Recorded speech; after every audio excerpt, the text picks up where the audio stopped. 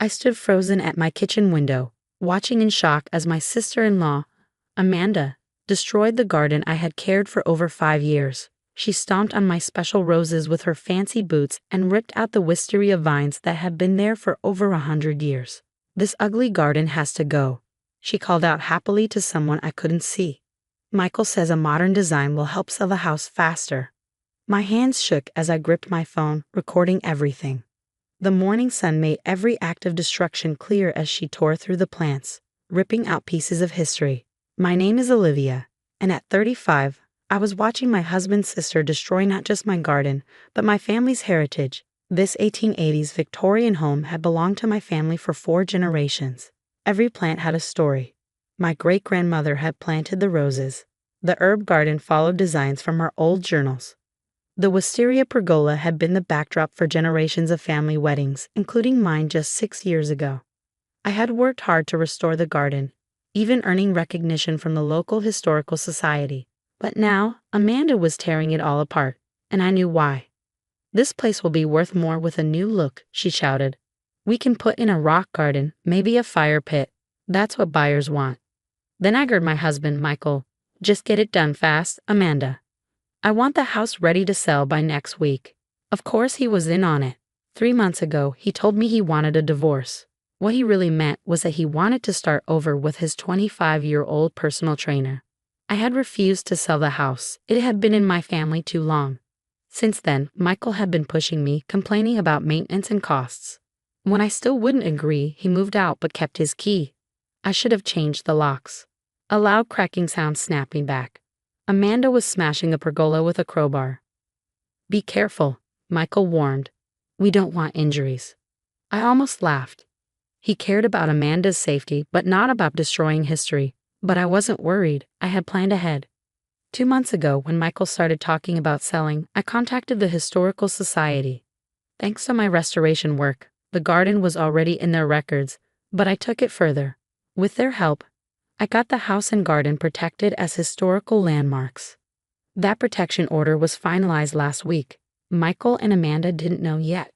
They were too busy destroying things to notice the official letter on the kitchen counter still unopened. I kept recording as Amanda kicked over my herb garden. "This is better than therapy," she laughed. "You should have left her years ago, Michael. Who cares about dead plants and old memories?" Michael didn't respond, but I saw him shift uncomfortably. He never understood my love for this place. To him, it was just a house to sell. This garden had survived wars, economic crises, and storms. It wasn't going to be erased so easily. My phone buzzed. A text from Eleanor, the head of the Historical Society. "Got your message. Police and preservation officer on their way. Hold tight." I smiled and kept filming as Amanda dragged her crowbar toward the old stone wall. "This ugly wall has to go too," she said, raising the tool. Then I heard sirens. Michael and Amanda froze, finally noticing me at the window. I waved and held up my phone, showing them I had recorded everything. "What did you do?" Michael demanded as police cars arrived. I picked up the unopened letter from the counter, the Historical Society's seal clearly visible.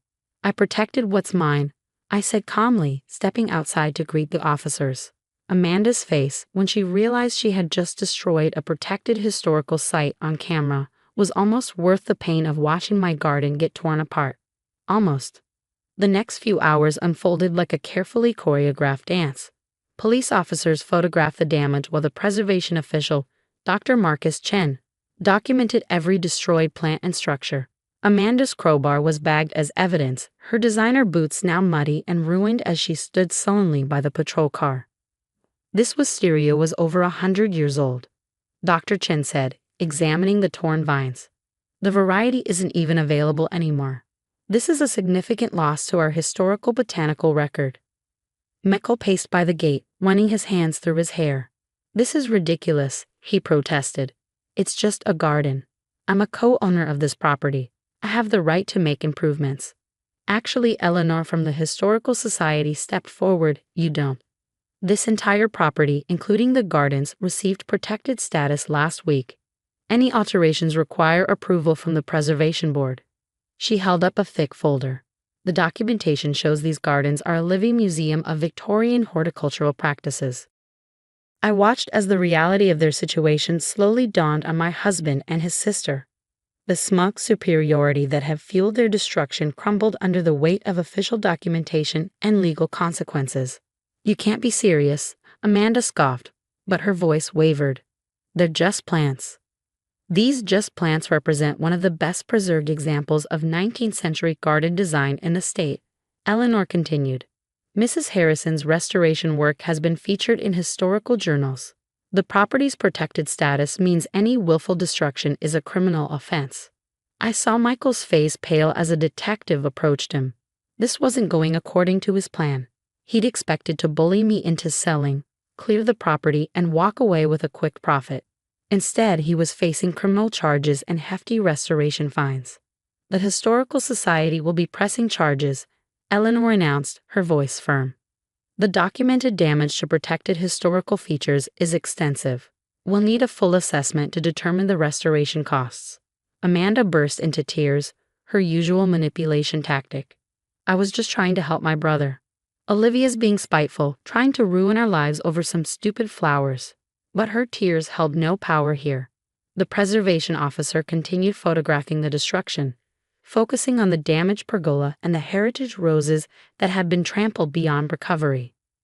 "These roses," I said quietly, "were featured in the Botanical Register of 1837. The original plants came over from England with my great-grandmother. They survived 2 world wars, the Great Depression, and countless storms." I turned to Michael. "But they couldn't survive your selfishness." A police officer approached with forms detailing the charges: willful destruction of protected historical property, trespassing, vandalism. Michael's hands shook as he read through them. "Olivia," he pleaded, "we can work this out. I'll replant everything. We can fix this." I shook my head. "Some things can't be fixed, Michael. Like trust, once these plants are destroyed, you can't just replace them. They're gone forever." Eleanor placed a comforting hand on my shoulder before addressing the officers. "We'll need to document everything for the restoration assessment. Some of these plant varieties are irreplaceable. We'll have to source similar heritage specimens from botanical gardens." As if to emphasize the magnitude of loss, a piece of the damaged pergola crashed to the ground, its century-old wood splintering on impact. Amanda jumped at the sound, kindly seeming to grasp the seriousness of what she'd done. "The preliminary estimate for damages," Dr. Chen announced, reviewing his notes, "is approaching 6 figures. The Historical Society will require full restoration using period-appropriate materials and methods." Michael's face went from pale to ashen. 6 figures? That's impossible. "The pergola alone is a registered historical structure," Eleanor explained. "It requires specialized craftsmen to rebuild using Victorian techniques. The botanical specimens, particularly the lost heritage varieties, are practically priceless." I watched as the officers led Amanda to their car for formal questioning. She'd stopped crying, replaced by a shocked silence as reality set in. Her attempt to help her brother divorce me had instead landed them both in serious legal trouble. Michael tried one last time to regain control. "I'll fight this," he threatened. "You can't prove we knew about the protection order." "The letter's right here," I said calmly, holding up the unopened envelope. "Delivered yesterday. Your choice not to read it doesn't change its legal standing.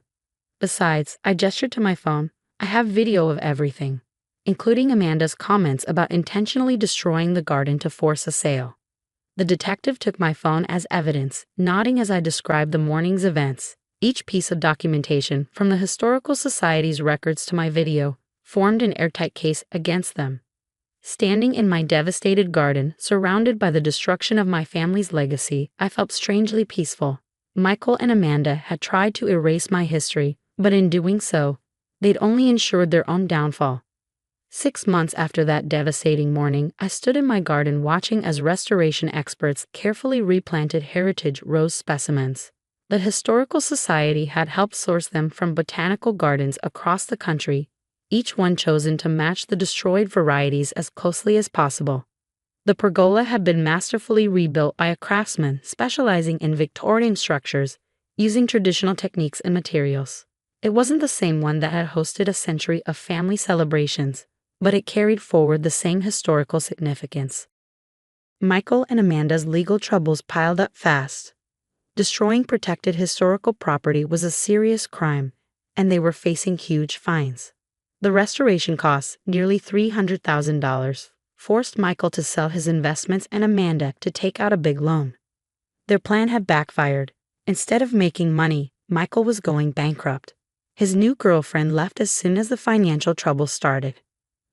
The herb garden now matches your great-grandmother's original design perfectly, Eleanor said, standing beside me at the restored stone wall. The Historical Society loves how authentic it looks. I nodded, watching workers carefully plant the herbs in their proper places. It's different but the same, like me. Losing my garden had changed me, but not in the way Michael and Amanda had hoped. Instead of breaking me, it made me stronger. My work on the restoration gained attention from historical preservation groups across the country. I was invited to speak at conferences and had even started helping others restore their gardens. You've turned this into something incredible, Eleanor said. Your documentation will help protect other historical gardens in the future.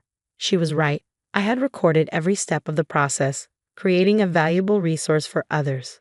My great-grandmother's gardening journals, once just family keepsakes, were now part of a larger historical record. Amanda had tried to contact me several times, at first angry, then apologetic as she realized the full consequences of her actions. I ignored her calls. Some things, once ruined, can't be repaired. Michael's divorce plan had also failed. The judge did not look kindly on someone who tried to force the sale of a protected historical site, especially after destroying part of it. The garden tours can start again next month, I told Eleanor. The new plants should be ready by then. The monthly tours had been paused during the restoration. Starting them again felt like a fresh beginning, not just for the garden, but for me. Oh, there's something else you should see, Eleanor said with a smile, handing me an envelope. Inside was an official letter. My property had been added to the National Register of Historic Places. Because of everything that happened, the garden had become even more important. Your great-grandmother would be proud, Eleanor said softly. You didn't just save her legacy, you made it even stronger. Looking around at the restored garden, I felt at peace. The roses were new, but they carried the same history as the old ones. The herb garden followed the same careful layout. Life, like a garden, is about growth. Sometimes destruction clears the way for something stronger. Michael and Amanda had tried to erase my past, but instead, they made it permanent. I noticed butterflies fluttering among the new flowers. Nature doesn't dwell on loss. It focuses on what's growing. I decided to do the same. Time to plant, I said, picking up my tools. The Historical Society had approved a new section in the garden to tell its restoration story.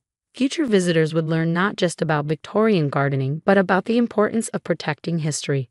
As I knelt in the soil, continuing the work my great-grandmother started over a century ago, I felt grateful, even for the destruction. It had shown me my own strength. Some things, once broken, come back even stronger. My garden was proof of that.